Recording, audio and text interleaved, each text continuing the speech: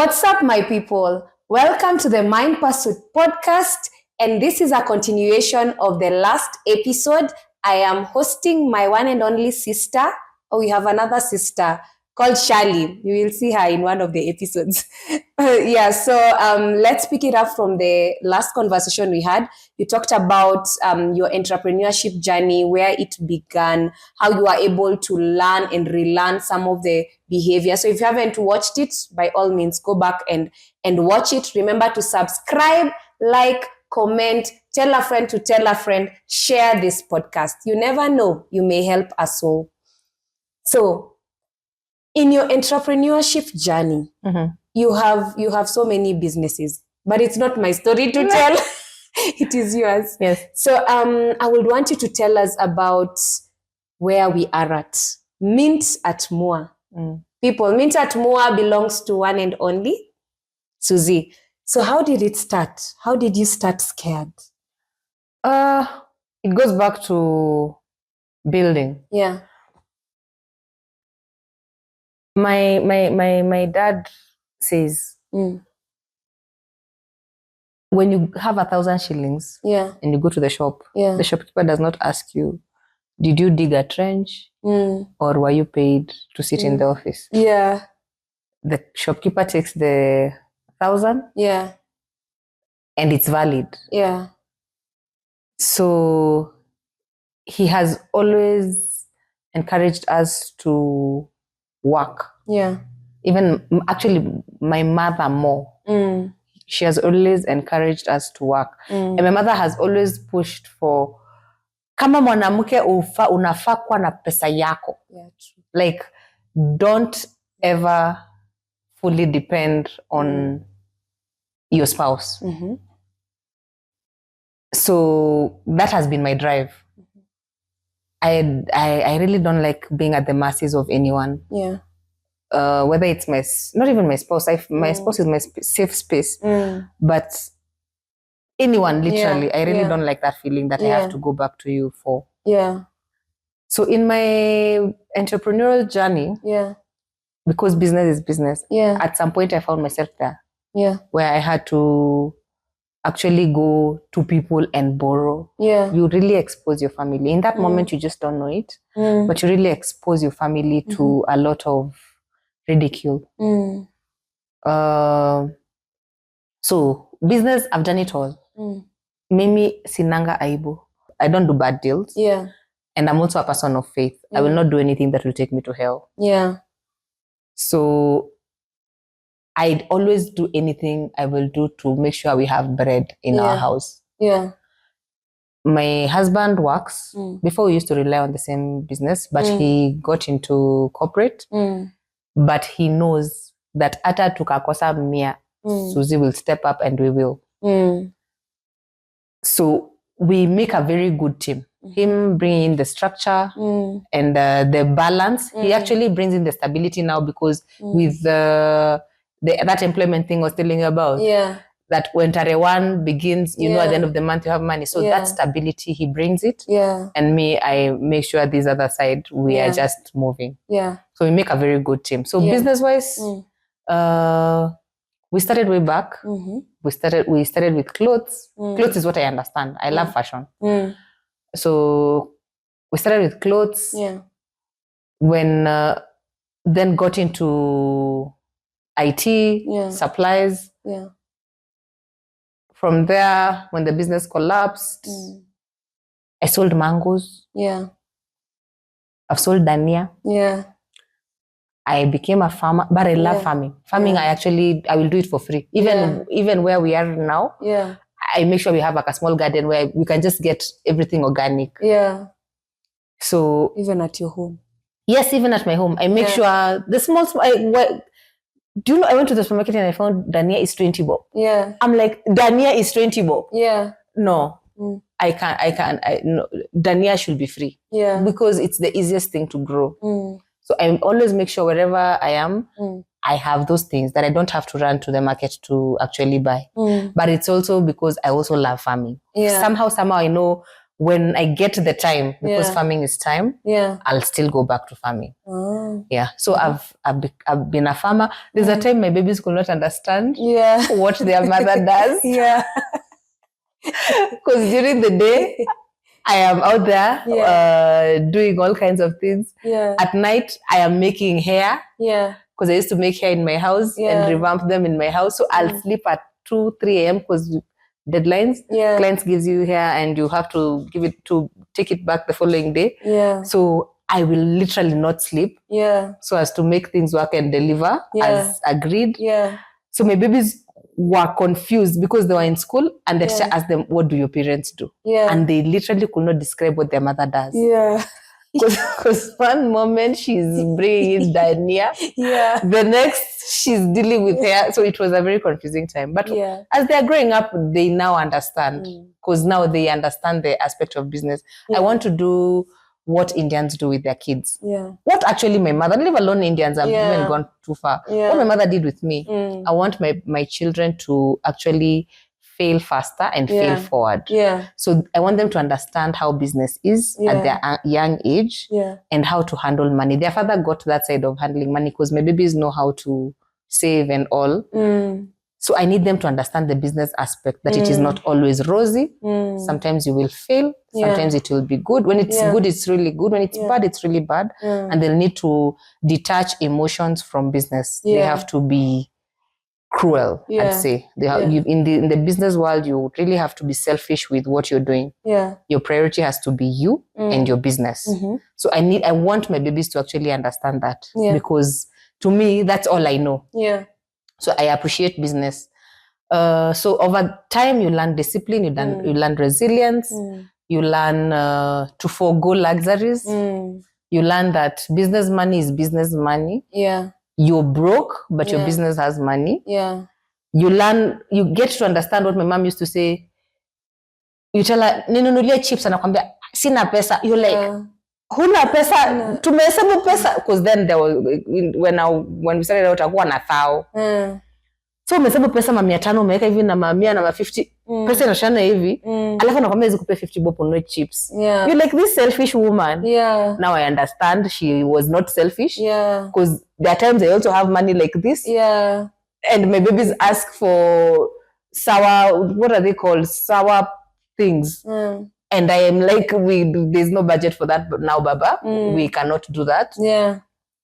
I make them understand that as much as you're seeing this, it is not to spend. But since their father has also worked on them with the saving aspect, you just bring in we will use your money to buy what you want, and the boundary is back up. So we are able to balance.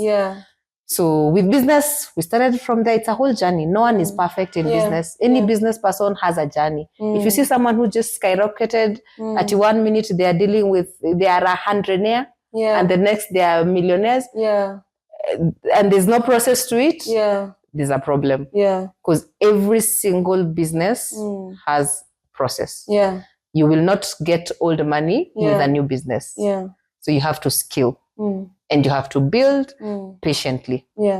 Yes. So that's how we started business way back. We've done it all.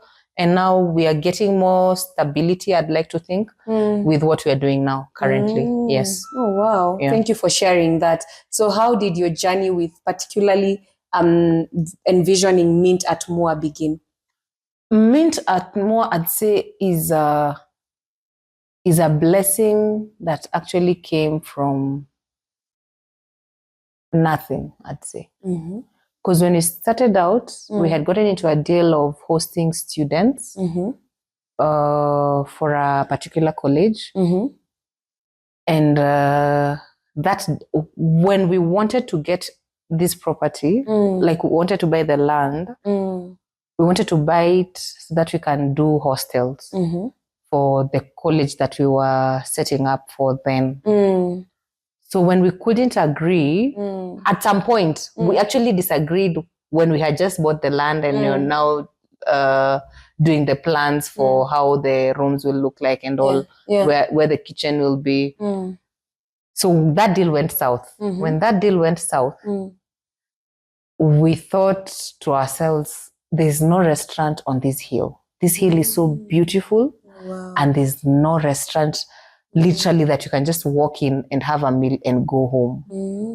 And it's actually a route it's a gateway to Machakos. It's a gateway from Machakos to Nairobi. It's a gateway from Thika, Komarok to Nairobi, Mombasa Road. It's a pathway. So we were like, this place is too beautiful to not have a place where people can just sit, eat, and just be private. Yeah. So that's how we thought, why don't we go the restaurant way? So this thing of relationships, I tell you, I keep on saying relationships are major for me. Yeah. I have this friend of mine. We had not spoken for a while, I think for almost 6 months. She's a customer who turned to be a friend, who is literally like my sister, actually. Yeah. So we had not spoken for like 6 or so months. Yeah. So she called me one day and, what are you up to nowadays? I told her, I'm running a hostel. Yeah. She's like, what are you, where? I told her, in a place called Moa Hills. I don't know if you know that place. Yeah. She said she'll visit one day. Yeah. After a while, that was the first time I mentioned it to her. The next time we spoke, I told her we should actually, I'm thinking of buying land here and actually doing hostels, because the trajectory for that business was looking like really good. Yeah. So I explained it to her, and she got really interested with the land aspect. Yeah. So she was like, we need to buy that land. Yeah. We need to get a piece of land and we buy it. Yeah. I moved on with life. I didn't follow it up. Yeah. Then she started calling. Have you spoken to the guy, the owner of that land? I'm like, that guy wants cash. Yeah. We don't have that money. And she's like, no, talk to him. Yeah. I lingered again, because then again, I was really scared. Yeah. Now I'm getting someone into a dream that I don't know if it will work. Yeah. So I lingered again. After a while, she followed me again. Yeah. And like, you need to talk to that guy. Wacha ikuwe ni pesa atukupata. It became her burden. Yes. Oh, wow. So I spoke to the guy. The owner, the guy who sold it to us. So that's a destiny helper. See God. Literally. So I spoke to the guy. Yeah. And I went back to her with the number. Yeah. And she said it's fine. We'll split it 50-50. And that's how we bought this place. Wow. Yeah. Wow. So from buying, now you start building. Yeah. I knew nothing about restaurants. Yeah. You know what I had seen most was either the restaurants in Nairobi. Yeah. Or Kibandaski, you're like, but this person just started the other day and they have multitude. Yeah. No. Yeah. So it is still a business. Yeah. Actually, Mint has taught me to be very patient. Yeah. With anything I've done, it never starts slow. It's actually Mint and another business we're currently doing that is actually teaching me patience. Yeah. Me, I know business, you start and you scale immediately. It may not be immediately as in tomorrow, but you build. Yeah. You're actually able to see the growth, the trajectory of the business. Yeah. With this, I have learned patience. Yeah. And as much as I've learned patience, it has brought out a side of me that I did not know I had. It has taught me that with business, if you're patient enough, it can pay. It has taught me that with any business, you really have to work hard. I know about business, but I did not know this angle of business. That you really have to put in energy, you really have to put in finances, you really have to put in manpower for you to actually see any sense of growth. I'll give an example with, when you walk out to our Lush Gardens, you'll see the trees. We bought 2 types of trees when we were landscaping the area. So both of them were very small. But when they started growing, the one that we thought had potential took 2 years to actually reach my height. The other one, we have to trim it. It took a year and it was as tall as I am. Oh, wow. So it has shown me things are not the same. We may be at the same level now, but with time, everyone has it. Every person has their own potential. Because you see, the one that grew slowly, it's actually a medicinal herb. it covers more ground than the other one that grew so tall so fast. Yeah. But the other one also, as much as it grew so tall so fast, it's beautiful. Yeah. Everything is different. Yeah. And it works. When you put them together, you're able to see the magnificent side of life. Yeah. So with business, same thing. The restaurant, when I was, I've told you about farming. Yeah.